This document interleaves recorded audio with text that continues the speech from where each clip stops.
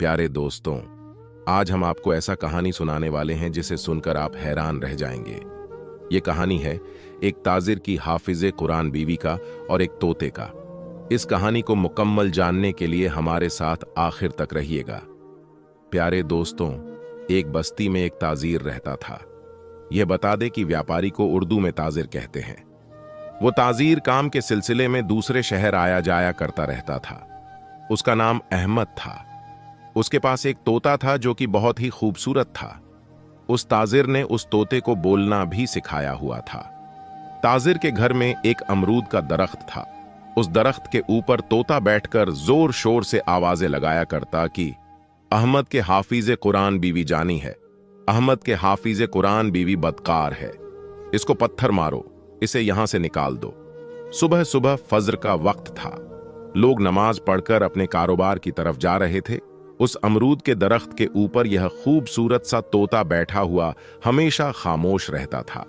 मगर जैसे ही उस दरख्त के पास से कोई गुजरने लगता तो यही अल्फाज बार बार दोहरा रहा था, अहमद की बीवी जानिया है, अहमद के हाफिजे कुरान बीवी बदकार है। जैसे ही एक शख्स ने बदकार अल्फाज सुना तो एकदम हैरान रह गया और रुक गया। वो उस तोते को देखने लगा जो कि बहुत ही खूबसूरत नजर आ रहा था। उस शख्स ने आगे बढ़कर उस तोते को पकड़ना चाहा, मगर वो तोता वहां से उड़कर बहुत दूर जाकर बैठ गया। फिर तोता यही अल्फाज बार बार दोहराने लगा कि अहमद की हाफिज कुरान बीवी बदकार है। अहमद की हाफिजे कुरान बीवी हर रात अपने आशिकों को बुलाकर जिना करती है, अपने आशिकों के साथ रंगरेलियां मनाती है। यह सुनकर वो शख्स घबरा गया कि ये कैसा तोता है जो दरख्तों में बैठकर औरतों के राज्य सबको सुनाया करता है। उस शख्स को यूं दरख्त के पास खड़ा देखकर कुछ लोग आकर पूछने लगे कि भाई, इस घर के पास खड़े होकर क्या कर रहे हो? उस शख्स ने कहा, यह किसका घर है? तुम जानते नहीं, ये अहमद भाई का घर है जो कि बहुत ही नेक और शरीफ इंसान है। आज तक उस नेक और शरीफ इंसान ने कभी किसी औरत की तरफ नजर उठाकर नहीं देखा। वो अपनी हाफिजे कुरान बीवी के साथ इस घर में रहता है, लेकिन आपका इस तरह किसी के घर की तरफ झांकना अच्छी बात नहीं। सारे लोग उसको बार बार बातें सुना रहे थे और वो डर गया और उसने तोते की तरफ इशारा करते हुए कहा, मैं तो इस तोते को देख रहा हूं, मुझे किसी के घर में झांकने की क्या जरूरत है? ये तोता ऐसे अल्फाज इस्तेमाल कर रहा है कि मुझे कहते हुए भी शर्म आती है। न जाने असल बात क्या है। जैसे ही लोग और जमा हो चुके और उस तोते ने दोबारा फिर से कहना शुरू कर दिया, अहमद की हाफिजे कुरान बीवी बदकार है, वो अपने आशिकों से जीना किया करती है। ये सुनकर लोग कानों को हाथ लगाने लगे और कहने लगे, ये तोता तो बहुत ही मासूम जानवर है, ये जो कुछ देखता है वही बोलता है। जरूर उसकी बीवी ने कुछ न कुछ गलत तो किया होगा, इसीलिए ये तोता बार बार ऐसा बोल रहा है। आहिस्ता आहिस्ता पूरी बस्ती में यह बात फैल चुकी थी कि ताजिर के हाफिजे कुरान बीवी बदकार और जानी औरत है। लोग अब उसके घर से दूर रहना शुरू हो गए। तमाम मर्दों ने अपनी औरतों को उसके घर में जाने से मना कर दिया, क्योंकि अक्सर औरतें उसके पास दीन सीखने के लिए जाया करती थीं। अब बस्ती की कोई भी औरत उसके पास नहीं आया करती थी। अहमद की हाफिजे कुरान बीवी इस बात को लेकर बहुत ज्यादा परेशान थी कि आखिर मेरे पास ये औरतें कुरान सीखने क्यों नहीं आ रहीं। हर कोई उस औरत पर शक करने लगा।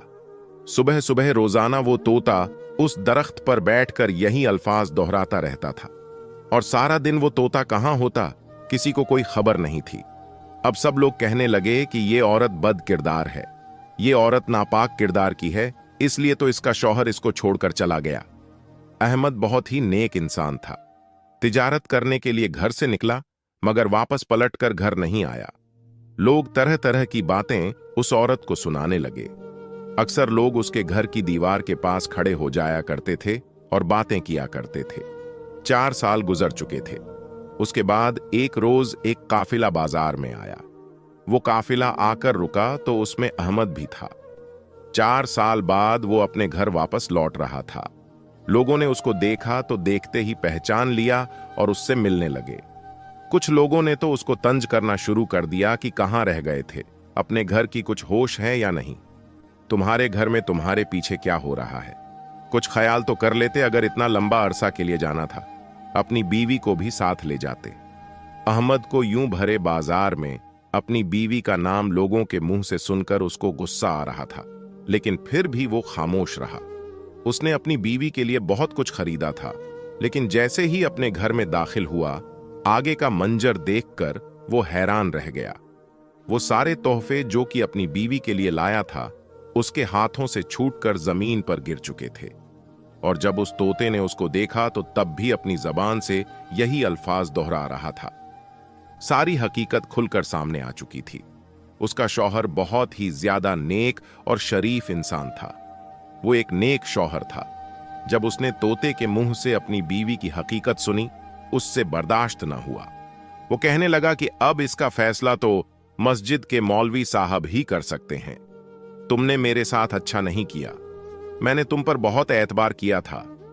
मैं समझता था कि मेरी बीवी बहुत ही नेक और हाफिज कुरान है। मैं सोचता था मेरी बीवी अमानत में खयानत नहीं करेगी, लेकिन तुमने बता दिया कि तुम भरोसे के काबिल नहीं हो। अहमद चिल्लाते हुए घर से निकल चुका था। उसके शोर की आवाजें पूरा मोहल्ला सुन रहा था।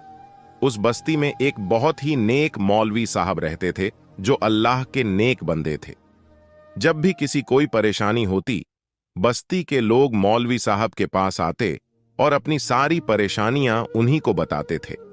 मौलवी उस मसले का हल बड़े ही अच्छे तरीके से निकाल दिया करते थे और लोग खुशी खुशी अपने घर में वापस आ जाया करते थे। उनकी सारी परेशानियां खत्म हो जाती थीं। अहमद फौरन ही मौलवी साहब के घर चला गया। अहमद बहुत ज्यादा परेशान था। उसके साथ वो तोता भी मौजूद था। वहां मौलवी साहब के पास 2-3 लोग बैठे हुए थे।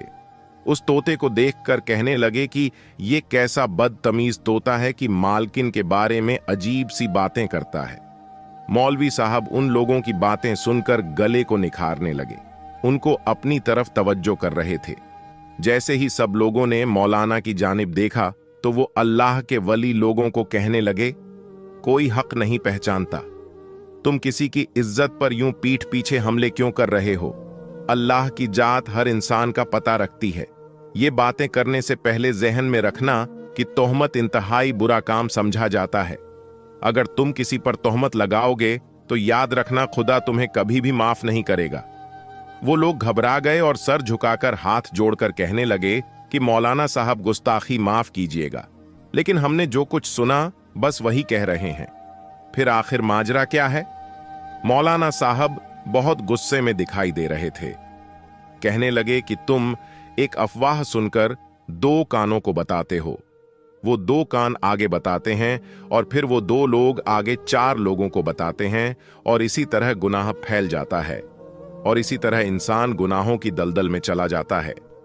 मगर वो तोता मौलाना साहब को देखकर फौरन अपने सर को हिलाने लगा। अपने सर को अकड़ाकर झुकाकर कहने लगा, मौलाना साहब, मेरा सलाम अपनी बारगाह में कबूल फरमाइए। मुझे बहुत खुशी हुई आपसे मिलकर। वो तोता बार बार ये अल्फाज दोहरा रहा था। मौलाना साहब ने एक पल तोते को देखा तो हैरान हो चुके थे। उनके चेहरे पर एक मुस्कुराहट सी छा गई। अपना हाथ आगे बढ़ाया तो वो तोता उड़ता हुआ मौलाना साहब के हाथ पर आकर बैठ गया। बार बार अपनी चोंच से उनके हाथ को चूम रहा था। मौलाना साहब मुस्कुराकर उस तोते की जानिब देख रहे थे। आज से पहले किसी भी तोते को उन्होंने इतना ज्यादा बोलते नहीं देखा था। मौलाना साहब उस तोते की बातों में इस कदर खो गए कि उनके सामने खड़ा शख्स जो था वो भूल चुका था। एकदम उनकी नजर सामने खड़े शख्स पर उठी तो फरमाने लगे, बताओ किस लिए आए हो? तुम्हारा ये तोता बहुत खूबसूरत है। अगर मैं तुमसे ये तोता खरीदना चाहूं तो मुझसे कितनी कीमत लोगे? वो शख्स शायद उनके पास अपना मसला लेकर उनकी खिदमत में आया था। जब उसने तोते की खरीदारी की बात सुनी तो अगले ही पल गहरी सांस खारिज कर कर सर झुकाकर कहने लगा, अल्लाह के वली, ऐसे कई तोते आप पर कुर्बान। ये मेरा पाला हुआ तोता है। इसे हमेशा अपने साथ रखता हूं, अपने साए की तरह रखता हूं। मैं हर बात इसे बताता हूं, लेकिन जिस मसले को लेकर आपके पास आया हूं, बस यही दुआ है कि वो मसला आप तक पहुंचा सकूं। जो मंजर मैंने देखा उसको देखकर ये बात मेरी गैरत पर आती थी। मैं अपना दिल भरता हुआ महसूस कर रहा हूं। मौलाना साहब और वहां मौजूद सभी लोग उस शख्स को देखने लगे थे जो इंतहाई गुस्से में और अंदर से टूटा हुआ महसूस हो रहा था। मौलाना साहब उससे कहने लगे कि क्या बात है, तुम अपनी मुसीबत हमसे बयान करो, क्या हुआ है तुम्हारे साथ? वो शख्स कहने लगा कि मैं कारोबार के सिलसिले में दूसरे शहर आता जाता रहता हूं, लेकिन इस मर्तबा वापसी में इतनी देर हो गई कि 4 साल गुजर गए। मैं एक आम सी शक्ल सूरत का मालिक था, जबकि मेरी मां ने मेरी शादी जिससे करवाई वो बेहद हसीन लड़की थी। वो एक हाफिजे कुरान लड़की थी। एक पल तो मुझे हैरत हुई कि जब मैं पहली बार अपने कमरे में गया और अपनी बीवी को दुल्हन बनी देखा, उसे देखकर घबरा सा गया। बजाय अपनी दुल्हन के कमरे में जाने के मैं बाहर निकल आया और अपनी मां से कहने लगा कि अम्मी, आपने मेरी शादी इतनी हसीन लड़की से क्यों करवा दी? मेरी इस बात पर मेरी अम्मी घबरा गई और कहने लगी, क्या हुआ है? इसमें परेशान होने वाली कौन सी बात है? तुम्हें तो खुश होना चाहिए कि तुम्हारी किस्मत में इतनी हसीन लड़की लिखी गई है। लेकिन जब मैंने एक नजर अपने आप को आईने में देखा तो फिर कहने लगा कि मैं तो आम सी शक्ल सूरत का मालिक हूं, मगर ये लड़की मुझे कोई आसमान से उतरी हुई हूर लगती है। फिर इसके घर वालों ने मेरे साथ इसकी शादी क्यों की? मेरी अम्मी कहने लगी, अगर तुम्हें इतनी हसीन लड़की मिल गई है तो उसकी कदर करो। तुम खरा सोना हो, सोना अच्छा कमाते हो, घर संभालते हो, यही वजह है कि लड़की वालों ने तुम्हें पसंद कर लिया। सब कुछ जाहिरी शक्ल सूरत नहीं होती, बल्कि असल खूबसूरती तो बात होती है जो इंसान को बहुत मुतासिर करती है। मेरी मां की बात सुनकर मुझे थोड़ी बहुत तसल्ली हो गई थी, लेकिन फिर भी कुछ बातें ऐसी जो मेरे दिल में डर सा पैदा कर रहा था। ये अलग बात थी कि मैंने उसके बारे में अपनी वालिदा से कुछ नहीं कहा। मुझे ऐसा लग रहा था कि शायद लड़की पहले से किसी के साथ ताल्लुक रख चुकी हो या फिर किसी को पसंद करती हो, जो उसके घर वालों ने जबरन उसकी शादी मुंह से करवा दी। ये सारी बातें मेरे दिमाग में आने लगीं तो मेरा दिल गमजदा सा हो गया। अपनी बीवी का सारा हुस्न, सारी खूबसूरत मुझे फीका लगने लगा।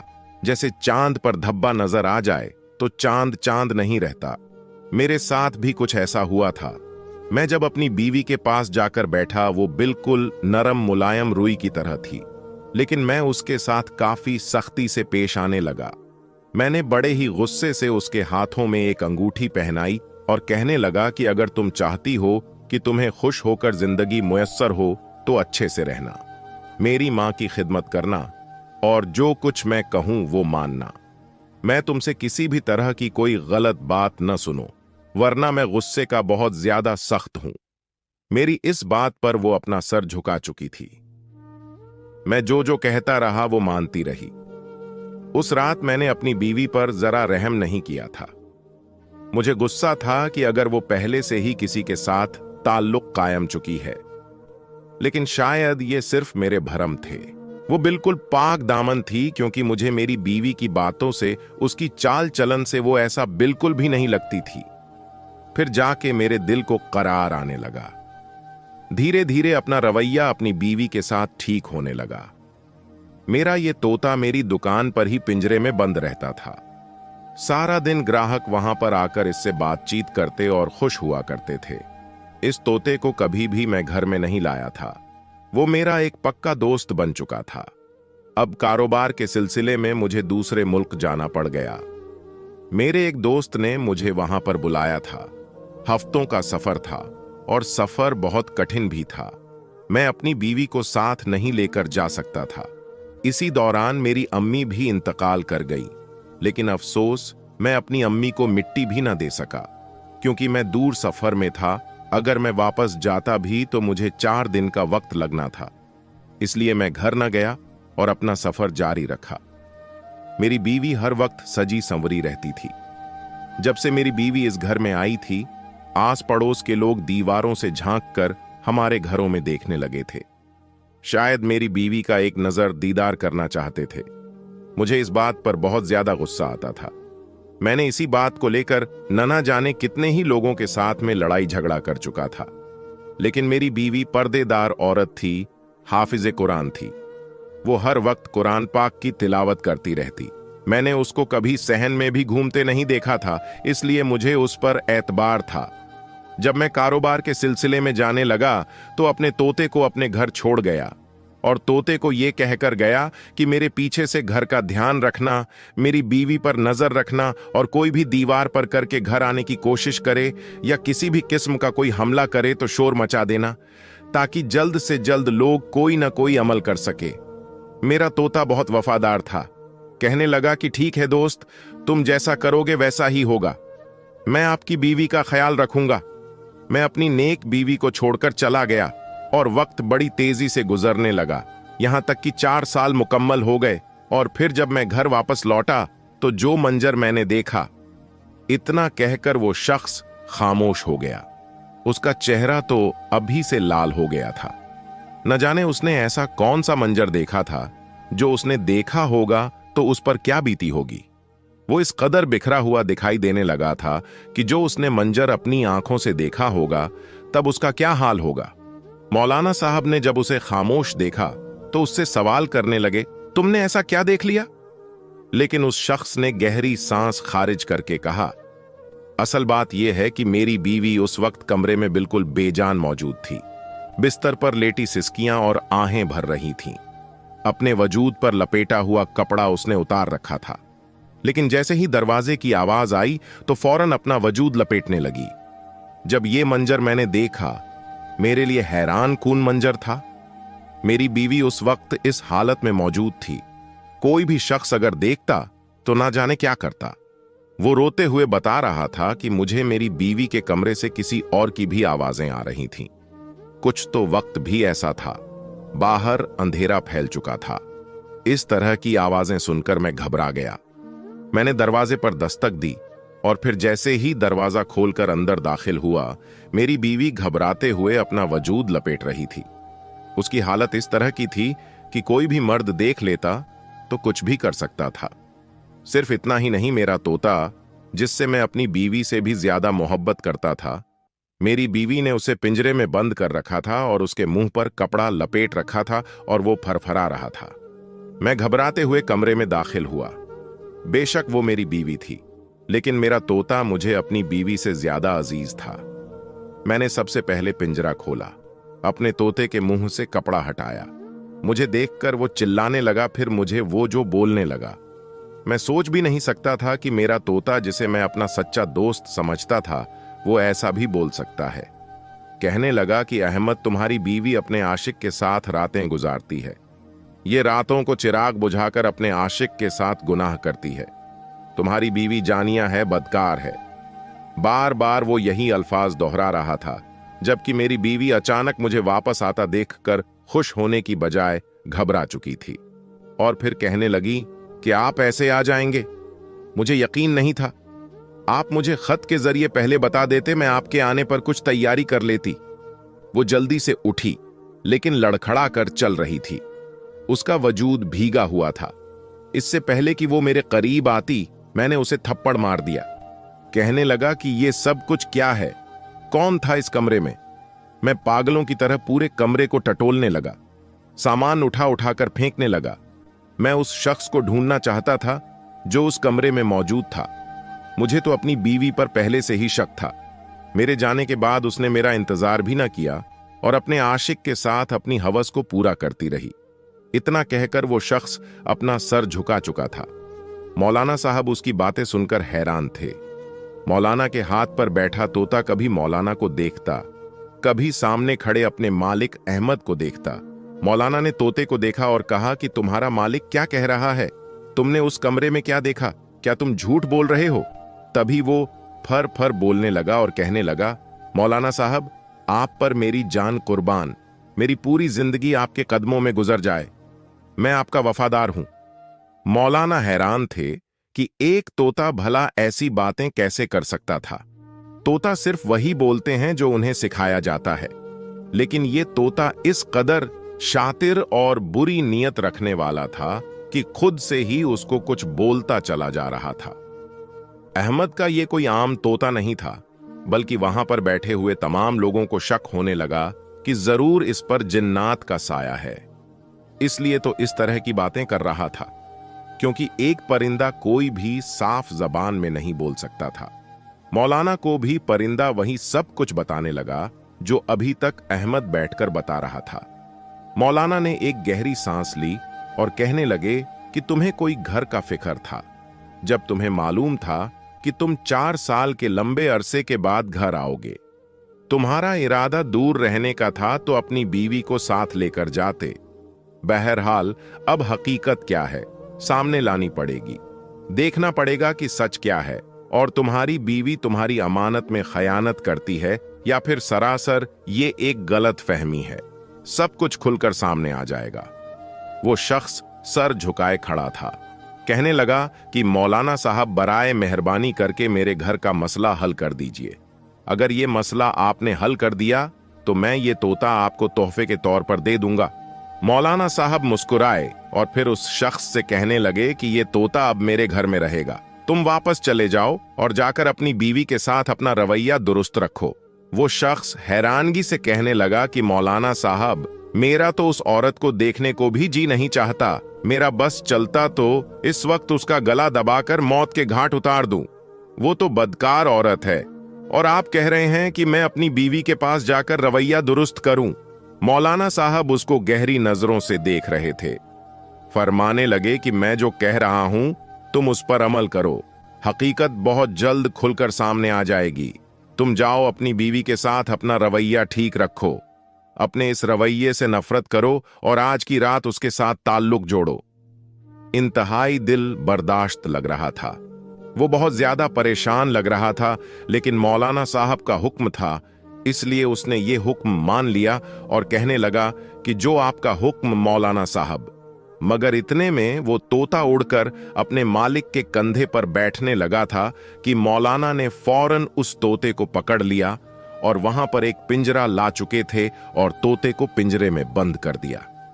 वो पिंजरे में मुसलसल चीख रहा था, शोर मचा रहा था। ये कह रहा था कि मुझे अहमद के साथ जाने दो, मैं अहमद के साथ मैं जाना चाहता हूं, मुझे छोड़कर मत जाओ अहमद। मगर अहमद वहां से जा चुका था। वो तोता कुछ बोल रहा था।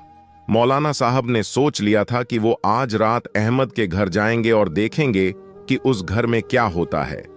तोता जो कुछ बता रहा था वो आधा सच मुकम्मल सच था। अब वो बहुत जल्द खुलकर सामने आने वाला था। मौलाना साहब भेष बदलकर उसके घर की तरफ जाने लगे थे। उस घर के बारे में अहमद ने निशानदेही की थी। वो एक एक लफ्ज मौलाना साहब के जहन में नक्श हो चुका था। जब वो तोता बिल्कुल बोलना बंद नहीं कर रहा था, ज्यादा शोर मचाता रहा। मौलाना ने उस तोते को अपने घर ले गए और जाकर बीवी को दिया और कहने लगे कि इसको मेरे कमरे में रख दो। मौलाना सोच रहे थे कि ये तोता बेहद शातिर लगता है और ध्यान रखना कि इसे पिंजरे से निकल ना सके और न ही देख सके कि मेरे घर से अहमद के घर तक का रास्ता कौन सा है, क्योंकि मुझे इस पर शक है ये कहीं उड़कर वापस न चला जाए। मौलाना की बीवी ने वैसे ही किया था। मौलाना उसके घर चले गए, दरवाजे के पास जाकर खड़े हो गए और जायजा लिया। ये घर वाकई अपने जमाने का एक आलीशान घर था। साफ जाहिर था कि ताजीर अहमद ने अपनी कमाई का एक बहुत बड़ा हिस्सा इस घर में लगा दिया था। मौलाना साहब आस पास देखने लगे, फिर उन्होंने दीवार फलांग कर घर के अंदर जाना ही मुनासिब समझा। वो जो कुछ करने वाले थे वो जानते थे कि मियां बीवी की बातें सुनना या किसी के घर में इस तरह आना बिल्कुल गलत बात है और ये गुनाह के जिम्मे में आता है। मगर उनके लिए एक ताज्जुब की बात सुनकर उन दोनों मियां बीवी के दरमियान फैसला सुनाना सही नहीं था। उन्हें उस ताजिर की बीवी की हकीकत जानी थी। दीवार फांद कर अंदर दाखिल हो चुके थे। घर में बिल्कुल खामोशी थी। ऐसा लग रहा था जैसे घर में कोई मौजूद न हो। लेकिन फिर अचानक सरगोशी की आवाज आनी शुरू हो गई। ये अहमद था, शायद अपनी बीवी से बातें कर रहा था। वो उन दोनों मियां बीवी की बातें कान लगाकर सुनते रहे, क्योंकि दरवाजे में खिड़की मौजूद थी और खिड़की के अंदर एक दरार बनी हुई थी जिससे आसानी से अंदर देखा जा सकता था और आवाज भी सुनाई दे जा सकती थी। उन्होंने दोनों मियां बीवी की बातें सुनी। इससे पहले कि किसी को शक होता कि इस घर में कोई तीसरा इंसान मौजूद है, मौलाना साहब वापस अपने घर आ गए। सुबह हुई। मौलाना साहब फजर की नमाज अदा करके अपने घर से बाहर बैठे हुए थे, कुरान पाक की तिलावत कर रहे थे। वो शख्स हाजिर हुआ और कहने लगा, मौलाना साहब, आपके कहने पर मैंने अपनी बीवी से अपना रवैया दुरुस्त किया और उसको यही महसूस करवाया कि मुझे गलत फहमी हो गई थी और मैं उसकी हर खता को माफ कर दिया है। ये सुनकर मौलाना साहब हल्का सा सर हिलाया और फिर एक 80 साला बुजुर्ग वहां पर आया। जिस तरह के कपड़े उसने पहने हुए थे वो बुजुर्ग देखने में भी बड़े अजीब लग रहे थे। अहमद ने अचानक मुड़कर उसको देखा और पूछने लगा कि मौलाना साहब, ये कौन है? मौलाना साहब ने बताया, ये परिंदों के शहर तबीब है। ये परिंदों की हर जबान, हर हमराज को समझते हैं। उनके जहन में क्या चल रहा है हर चीज को समझ सकते हैं। दरअसल उनको खास तुम्हारे तोते के लिए मंगाया गया है ताकि हकीकत को अच्छी तरह जान सकूं। फिर बिलाल ने कहा कि मौलाना साहब, मैं क्या करूं? मुझे कैसे पता चलेगा कि मेरी बीवी का आशिक कौन है जिसके साथ उसके गलत ताल्लुकात हैं? इतने में मौलाना साहब की बीवी उस तोते को लेकर आई और उस तोते के ऊपर पिंजरे में उसको बंद किया हुआ था। उसके ऊपर एक कपड़ा डाला हुआ था। जैसे ही कपड़ा हटाया तो उस तोते ने बोलना शुरू कर दिया। कहने लगा कि अहमद की बीवी बहुत ही गंदी और बदकार है। वो हमेशा हर रोज अपने नए आशिक के साथ रात गुजारती है। ये सुनकर अहमद फिर गुस्से से आग बबूला हो गया और कहने लगा कि मौलाना साहब, ये तोता क्या कह रहा है? मैं तो पहले ही सिर्फ एक आशंका सुनकर घबरा रहा था। मेरा तोता मुझे बता रहा है कि मेरी बीवी हर रोज एक नए आशिक साथ रात गुजारती है। मेरा दिल करता है उस औरत की बोटियां बोटियां करके आवारा कुत्ते को डाल दूं। एक बार फिर वो जारो कतार रोने लगा। मौलाना साहब ने उसको चुप करने का कहा कि चुप हो जाओ। मौलाना साहब के जहन में उन दोनों मियां बीवी की रात की बातें आने लगीं, क्योंकि रात का मंजर कुछ ऐसा था कि उसकी बीवी एक जगह खामोश घबराई हुई बैठी हुई थी और वो उसको कह रही थी कि मैंने तुम्हारी अमानत में कोई खयानत नहीं की, मुझे कोई सजा मत देना। अहमद ने बड़े ही प्यार और नरम रवैये से उससे बात की, जिस तरह के मौलाना साहब ने कहा था। फिर अहमद ने कहा कि मैं तुम्हारी सारी गलतियों को दरगुजर करता हूं और फिलहाल 4 साल बाद वापस आया हूं, इसलिए तुम्हारे साथ वक्त गुजारना चाहता हूं। उसके बाद मौलाना साहब अपने घर वापस आ चुके थे। मौलाना साहब अहमद की बीवी को देख चुके थे। वो किस अंदाज की मालिक है। मौलाना साहब उसकी बीवी को बुलाकर उससे बात करना चाहते थे। अहमद तो इस कदर गुस्से का मुजाहिरा कर रहा था कि मौलाना साहब को डर था कहीं ये पागल ही ना हो जाए। और वहां वो बुजुर्ग कितनी देर बैठकर उस तोते से बातें करते रहे। वो तोता जो कुछ बता रहा था वो सुनता जा रहा था। फिर उस बुजुर्ग ने मौलाना साहब को अलहदा कमरे में बुलाकर उस तोते के बारे में बताया। फिर उन्होंने कहा कि कुछ दिन के लिए तुम इस तोते को अपनी हिफाजत में रखो, फिर मैं तुम्हें बुलाऊंगा। उसने कहा कि ठीक है। वो बुजुर्ग उसको अपने साथ ले गया और मौलाना साहब ने अपनी बीवी को कहा कि तुम जाकर अहमद की बीवी को बुलाकर लाओ। थोड़ी ही देर बाद मौलाना की बीवी उनको आकर कहने लगी, अहमद की बीवी ने तो आने से इनकार कर दिया है। उसने कहा कि मैं अपने शौहर की इजाजत के बगैर घर से नहीं निकल सकती। मैं उसकी अमानत में खयानत नहीं कर सकती। अगर मौलाना साहब को कोई काम है तो वो खुद मुझसे आकर बात कर लें। मौलाना साहब ने एक फकीर का रूप बदला और उसके दरवाजे पर पहुंच गए। जाकर दरवाजा बजाया, मगर उसने दरवाजा न खोला। फिर उन्होंने दरवाजा बजाया और अंदर से आवाज आई कि कौन। जब उन्होंने आवाज दी कि वो औरत कहने लगी कि मेरा शौहर इस वक्त घर में नहीं है, आप यहां से चले जाएं। मौलाना साहब ने अपने बारे में बताया तो उसने दरवाजा खोला और मौलाना साहब को अपने घर में ले आई।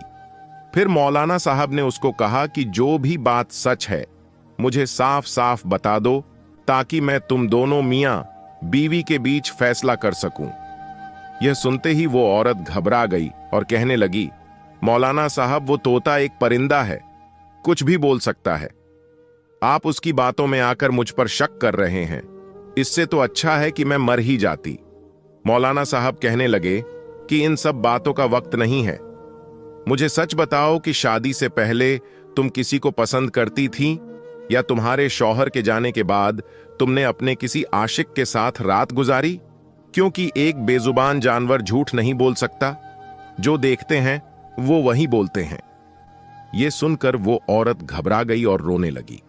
कहने लगी कि खुदा के लिए मुझ पर शक मत कीजिए और मुझ पर इल्जाम मत लगाइए। पहले ही मेरा शौहर मेरे किरदार को लेकर मशहूर है। मौलाना साहब ने कहा कि तुम्हारा शौहर मेरे पास भी आया था।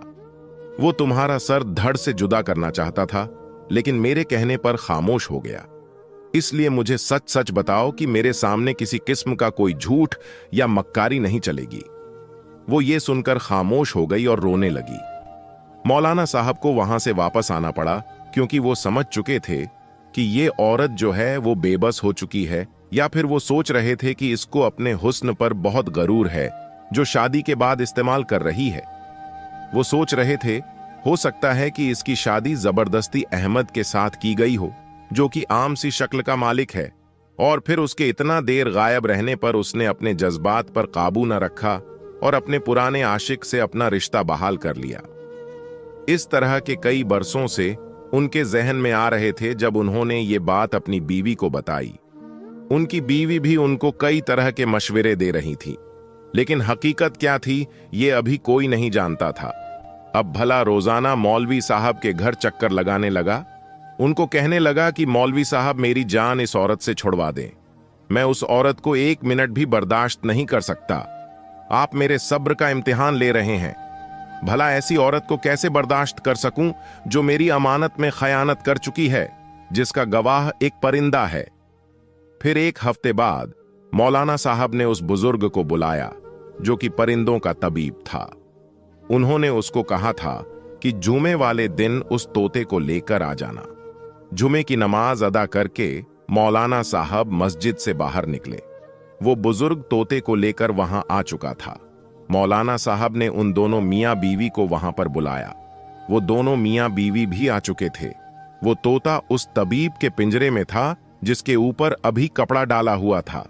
अब वहां मौजूद कई लोग इस बात का इंतजार कर रहे थे, अब ये तोता उसकी बीवी की पर्दापोशी जाहिर करेगा। मगर ऐसा न हुआ। जैसे ही पिंजरा नीचे रखा गया, उसके ऊपर से कपड़ा उठाया गया, तो वो तोता उस वक्त बोलने लगा और कहने लगा, अहमद की बीवी ने मुझसे निकाह किया है। अहमद की बीवी अब उसकी बीवी नहीं बल्कि मेरी बीवी है। अहमद मेरा दुश्मन है। अहमद अपनी बीवी को मेरे हवाले कर दे, वरना मैं तुझे जान से मार दूंगा। आखिर तू होता कौन है मेरी बीवी के साथ खड़ा होने वाला? एक तोते के मुंह से ऐसी बातें सुनकर वहां खड़े तमाम लोग हैरान रह गए और अहमद गुस्से से आग बबूला हो गया। कहने लगा कि क्या बकवास कर रहे हो तुम? एक परिंदे हो, ये मेरी बीवी है। तो वो कहने लगा कि खामोश रहो, मैं कह रहा हूं कि इसका निकाह मेरे साथ हुआ है। मौलाना साहब ने खुद मेरा निकाह इसके साथ पढ़वाया था। तुम मेरी बीवी से दूर रहो। अहमद ये सब सुनकर हैरान हो रहा था। आहिस्ता आहिस्ता अहमद के मोहल्ले के लोग भी वहां जमा हो चुके थे, जो कि मौलाना साहब के हुक्म पर आए थे। अहमद कभी मौलाना साहब को देखता, कभी उन लोगों को देखता। अहमद एकदम बोलने लगा कि मौलाना साहब, मैं कब से आपके घर के चक्कर लगा लगा कर थक चुका हूं, मगर आपसे तो मेरा एक भी फैसला नहीं हो रहा। अहमद तो जैसे गुस्से से पागल होता जा रहा था। मौलाना साहब ने उसके मोहल्ले के लोगों से पूछा, बताओ तुम्हारे साथ ऐसे कौन से मसले पेश आए हैं? मुझे अपने अपने मसले बताओ। ये सुनकर सभी लोग कहने लगे कि मौलाना साहब, कुछ साल पहले की बात है कि एक अजीबों गरीब चोर हमारे मोहल्ले में आ चुका था। हम रात को सोते तो हमारी कोई न कोई चीज चोरी हो जाती। हम यही सोच रहे थे कि कोई डाकू है। उसने हमारे मोहल्ले में चोरी करना शुरू कर दी। फिर अपने चौकीदारों को खड़ा किया, मगर कोई भी चोर या डाकू हमारे हाथ नहीं आया। वो लोगों की बहुत सी कीमती चीजें चोरी करने लगा था। न जाने किस तरह वो चुपके से कमरे में दाखिल होता और सिर्फ सोने की अंगूठियां और सोने की अशर्फियां चोरी करता। आहिस्ता आहिस्ता लोग रातों को जागने लगे, सुबह होने लगे। फिर ये हाल हो गया कि हमारी चीजें सुबह के वक्त भी चोरी होने लगी। और फिर एक दफा ऐसा हुआ, फजर के वक्त हमारे दरवाजे पर दस्तक हुई और जो जो हमारी चीजें थीं, कुछ अरसे बाद वो सब हमारे दरवाजे के सामने पड़ी हुई थी। हम इस वाकये को भूल चुके थे और उस वक्त जब ये बातें हो रही थीं, अहमद की बीवी ये बातें सुनकर थर थर कांप रही थीं और अपने चेहरे पर आए हुए पसीने को साफ कर रही थीं। मौलाना साहब ने उसके चेहरे के आसरात बदलते हुए देखे तो उसको कहने लगे कि अहमद की बीवी, ये सब लोग अपने हिस्से की हकीकत बता चुके हैं, अब आगे की हकीकत आप बताओगी या मैं बताऊं? वो घबराई हुई थर थर कांप रही थी। हालांकि उन लोगों की चोरी से अहमद की बीवी का क्या ताल्लुक था, मगर अहमद कुछ भी समझ नहीं पा रहा था। उसके दिल में उल्टे सीधे ख्याल आ रहे थे। कहने लगा कि मौलाना साहब, कहीं ऐसा तो नहीं कि मेरी बीवी बदकार के साथ साथ चोर भी थी? मौलाना साहब ने हाथ के इशारे के साथ उसको खामोश करवा दिया और कहा कि आगे की हकीकत तुम्हारी बीवी खुद बताएगी। वो रोने लगी और रोते हुए उसने तोते की तरफ इशारा किया और कहने लगी कि मौलाना साहब, मेरा शौहर काम के सिलसिले में शहर से बाहर चला गया था और ये तोता मेरे पास छोड़ गया था। मैं बहुत घबरा गई और बहुत ज्यादा रोने लगी। मैं सोच रही थी कि इतना वक्त अकेले कैसे गुजार होंगी, न जाने मेरा शौहर कब आएगा। फिर आहिस्ता आहिस्ता मैं इस तोते के साथ बातें करने लगी। मेरा दिल बहलाने लगा। फिर आहिस्ता आहिस्ता इस तोते के साथ मेरी दोस्ती हो गई। फिर धीरे धीरे ये तोता मुझे कहना शुरू हो गया कि मुझे पिंजरे से बाहर निकाल दो। इसके कहने पर इसको पिंजरे से बाहर निकाल दिया करती थी। मैंने इसको कुरान पाक की बहुत ज्यादा आयतें भी सिखा दी थीं, लेकिन फिर अचानक सारा दिन घर से गायब रहता। फिर ये वापस आ जाता और फिर ये सारी रात गायब रहने लगा। मुझे कुछ इल्म नहीं था कि ये कहां जाता है, क्या करता है। फिर जब मैंने एक दिन महसूस किया कि ये तोता घर के सहन में मिट्टी खोदता है और उसमें कई चीजें छुपाकर वापस उड़ जाता है, मैंने इसके उड़ने के बाद उस मिट्टी को खोदकर देखा तो उसमें बहुत सारी सोने की अशर्फियां और अंगूठियां थीं। ये देखकर मैं घबरा गई कि ये क्या है, और फिर इस तोते पर नजर रखना शुरू कर दी। मेरे सामने इसकी हकीकत खुल चुकी थी। ये लोगों की चीजें चोरी करके यहां पर दफन कर देता था। मैंने उस तोते को बहुत ज्यादा डांटा और फिर पिंजरे में बंद कर दिया और सजा के तौर पर उसको खाना नहीं दिया था। ये तोता इस कदर शातिर ज़हन का था, इसने खुद को पिंजरे से खोल लिया, फिर उड़कर दरख्त के ऊपर बैठकर मेरे ऊपर जुमले कसने लगा। लोगों को कहता कि मैं चोर हूं। मेरा शौहर तो दूसरे शहर चला गया था, मगर फिर उसने मुझे दीनार देने बंद कर दिए। कुछ दिन तो मैं अपना गुजारा करती रही, मगर फिर बहुत ज्यादा मुश्किल हो चुकी थी। मैंने अपने हाथों से माला बनानी शुरू कर दी और उनको बेचना शुरू कर दिया। इस काम के लिए मैंने एक गुलाम रखा हुआ था, जो कि मेरे वालिद साहब का ही भेजा हुआ था। वो बहुत ही शरीफ इंसान था। दरवाजे पर आता उसको मैं सारा सामान दे देती और फिर जो नफा मुझे मिलता वो देकर चला जाता। इस तरह मैं अपना गुजर बसर कर रही थी। मैंने वो सारी अशर्फियां जो इसने चोरी की थी लोगों के घरों पर रख दी थीं और उनको वापस कर दी थी। जब मैं लोगों की चीजें रखकर वापस आई तो इस तोते ने मुझ पर हमला कर दिया। इसने मुझे अपनी चोंच के साथ इतना मारा कि मेरा पूरा जिस्म जख्मी हो चुका था। मेरे जिस्म पर कट के निशान बन चुके थे। फिर मैंने इसको बांध दिया और पिंजरे में बंद कर दिया। मेरे जिस्म पर इस तरह के कट के निशान लग चुके थे कि मुझे बहुत ज्यादा तकलीफ और जलन होती थी, इसलिए मैं बेलिबास होकर सोया करती थी। कोई भी कपड़ा मेरे वजूद के साथ लगता तो मुझे बहुत ज्यादा तकलीफ होती। इस तरह मैं दर्द के साथ दिन गुजारती रही और मेरा शौहर न जाने क्या समझ चुका था। अब सारी हकीकत खुलकर सामने आ चुकी थी। सारी की सारे फसाद की जड़ ये तोता था। वो बुजुर्ग जो कि परिंदों का तबीब था, वो भी वहां मौजूद था। उस बुजुर्ग ने कहा कि ये परिंदा एक आला किस्म की जहनियत रखता है। ये बहुत ही शातिर किस्म का तोता है। इसका मजीद इंसानों में रहना खतरे से खाली नहीं है। ये बहुत ही शैतानी दिमाग का तोता है, यहां तक कि ये लोगों के घर उजाड़ सकता है। जब ये सारी हकीकत अहमद के सामने खोली तो वो सर पकड़कर बैठ गया और कहने लगा, मेरे लिए ये सब मानना बहुत ही मुश्किल है। अहमद की बीवी एक तरफ बैठी हुई रो रही थी। उसने कोई गुनाह नहीं किया था। जितना कसूर था उस तोते का था। अहमद ने अपने तोते को पकड़कर उसकी गर्दन मरोड़ दी और वो तोता वहीं पर तड़प तड़प कर मर गया।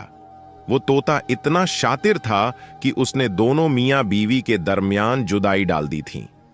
प्यारे दोस्तों, कभी भी अपने मानूस करदा जानवर और मोहब्बत करने वाले परिंदों या जानवरों के इशारों पर चलकर अपनी जिंदगी बर्बाद मत किया करें। अहमद अपनी बीवी से बहुत ज्यादा शर्मिंदा था। उसने अपनी बीवी से माफी मांगी। मौलाना साहब का शुक्रिया अदा करके अपनी बीवी को अपने घर लेकर चला गया। प्यारे दोस्तों, इस कहानी से हमें यह सीख मिलता है कि लोग दूसरों की बातों में आकर बीवी पर शक करने लगता है, दूसरों की बातों में आकर घर बार बर्बाद कर देता है।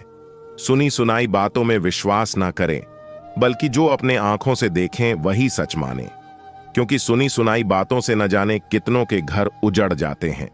आखिर में अल्लाह पाक से दुआ है कि अल्लाह पाक हमारे घरों को हमेशा सलामत रखे, बुरी नजर और हसद करने वालों के हसद से बचाएं। आमीन। इस वीडियो को एक लाइक और दूसरों तक शेयर कर दें। हो सकता है कि आपके एक शेयर से ये बात किसी के दिल में उतर जाए और हम सबके लिए सदकाए जारिया बन जाए। मोबाइल की स्क्रीन पर 4 वीडियो है, वह भी देखे, बहुत अच्छी कहानियां हैं। हमारे साथ आखिर तक रहने के लिए आपका दिल से शुक्रिया।